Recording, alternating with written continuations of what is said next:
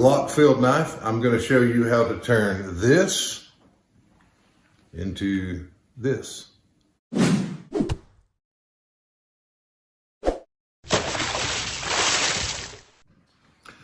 Okay, so we're going to talk about stippling like a lot of people do with their pistols, but I also am a fan of the Glock field knives. So here's an example where I have stippled one pretty much throughout the entire surface area. And they are a bit slick when you first get them. If your hands are muddy or bloody, that stippling really does make a difference.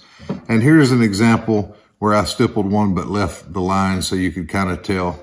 And for visuals, there's a comparison of all three. And I'm probably going to go with this model of stippling on this latest knife here. Another upgrade that we're going to discuss is the sheath.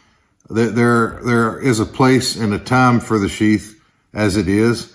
And I do carry it in the sheath that it comes with sometimes, but I do kind of like a custom sheath for other applications, and we'll be getting into that as well.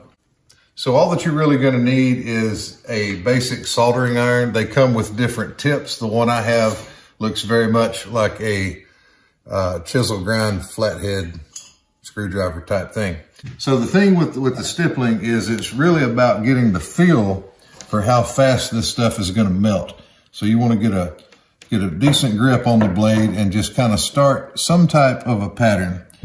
So we'll maybe start in here something like this. And you see how fast that melting process happens. It's super quick. So you really have to be attentive to that. And so once I get a pattern going, I just basically will keep that pattern throughout the entire process. Some people get a little more artsy. I don't care how mine looks. I'm all about the functionality of it. And I figure, your field knife is a last-ditch melee life and death weapon. And if grip matters on anything, it matters on this.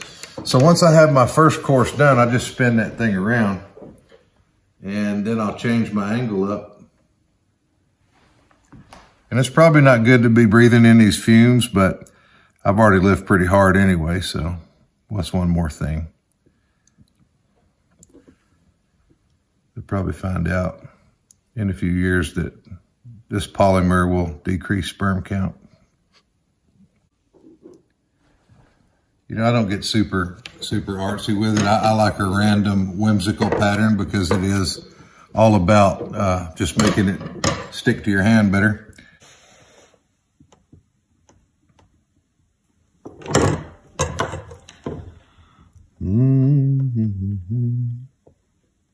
Yeah, these fumes do make me a little lightheaded every time I do it. Maybe that's why I've kind of become addicted to stippling. Some people wake up in the morning and crave a cup of coffee.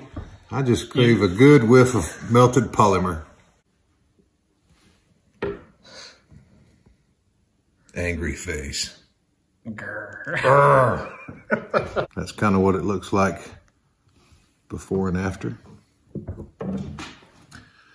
But don't take my word for it. Let's ask our resident ninja what you think about it there.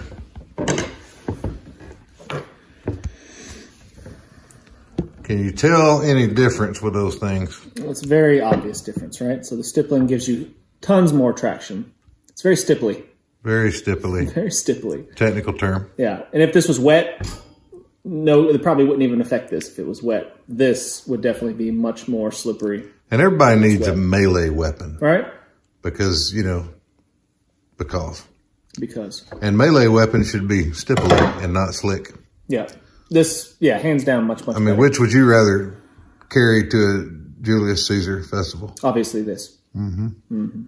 And plus it looks cooler. And that really matters. As long as you look good. If we're being honest, That's the main thing. It's going to look good. It does matter. No, I like it. That's perfect.